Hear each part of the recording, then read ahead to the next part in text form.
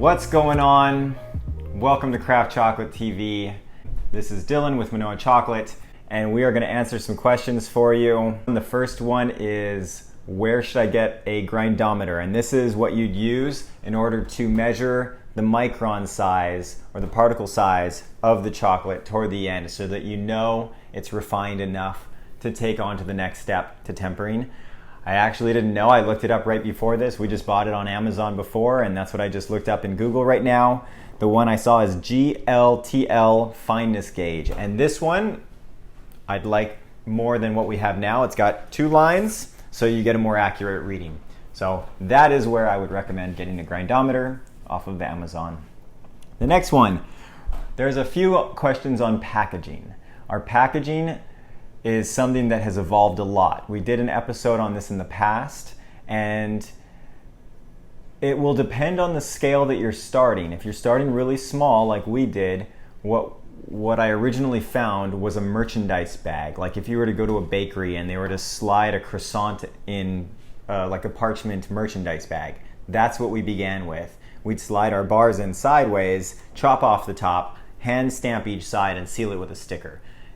We weren't making very much chocolate. Our batch size was in one of these little grinders. It was like, 40 bars at a time. So it wasn't that big of a deal until we started to grow. The other thing of that is no one really wants to work with you on, say, purchasing stickers and printing that for you.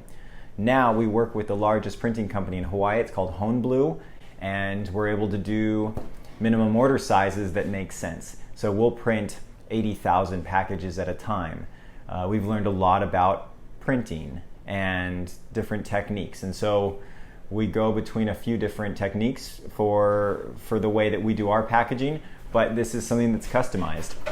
We didn't do an off-the-shelf design package. We customized ours because we liked the style and the speed at which we could do it at. So this has come in handy now that we've hit a certain scale, and we lend our what's called a die cut, which is the shape of our package as it's all folded out, to other companies that we work with for private labeling, and that has helped our business quite a bit. So I hope that answers that.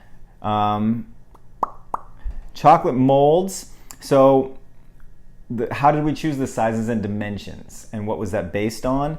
It was based on our packaging. We found the packaging that we liked first, and then we went for custom molds. But I do not recommend getting custom molds. It's way too expensive, and the customer doesn't care that much. The packaging is far more important than the mold. I've covered this as well. So the other thing to keep in mind is people like to break the bars, and most custom molds, what we've done is, and not just us, but lots of craft chocolate makers just print on a flat type of mold so that we can put designs in it and make it look pretty.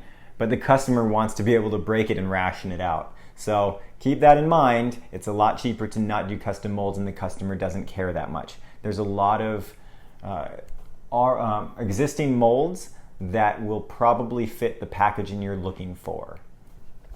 All right, so the inner sleeve. Our inner sleeve looks like plastic. It's a cellulose. Originally, and this is because we didn't want to add waste. So we wanted it to biodegrade, at least in theory. That's what we want to happen. Our cellulose was purchased in a pre-formed pouch from a company called Revere Group in Seattle. I think there's another company out in Kentucky that also carries these cellulose bags, and you basically slide your chocolate bar in there and you heat seal it. It's very quick. When you're really small, it makes sense. We found the same cellulose, except in a roll. It's a film roll, and that will sit on our flow wrapping machine, and it gets looped around different arms and then goes through forming horns and sealing wheels, fin sealing wheels, and then that packages our chocolate bars for us at somewhere around 70 a minute.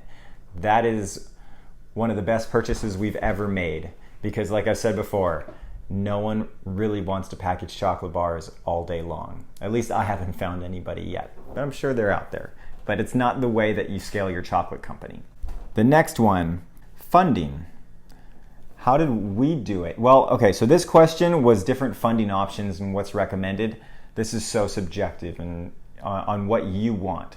So it's important to come up with an idea of where you see your chocolate company in 5 or 10 years. Do you want it to grow to 100 metric tons or 1,000 metric tons? Or are you happy doing 5 tons a year, which is kind of what I see as the minimum in order to be a profitable company that can support a certain living in a first world country.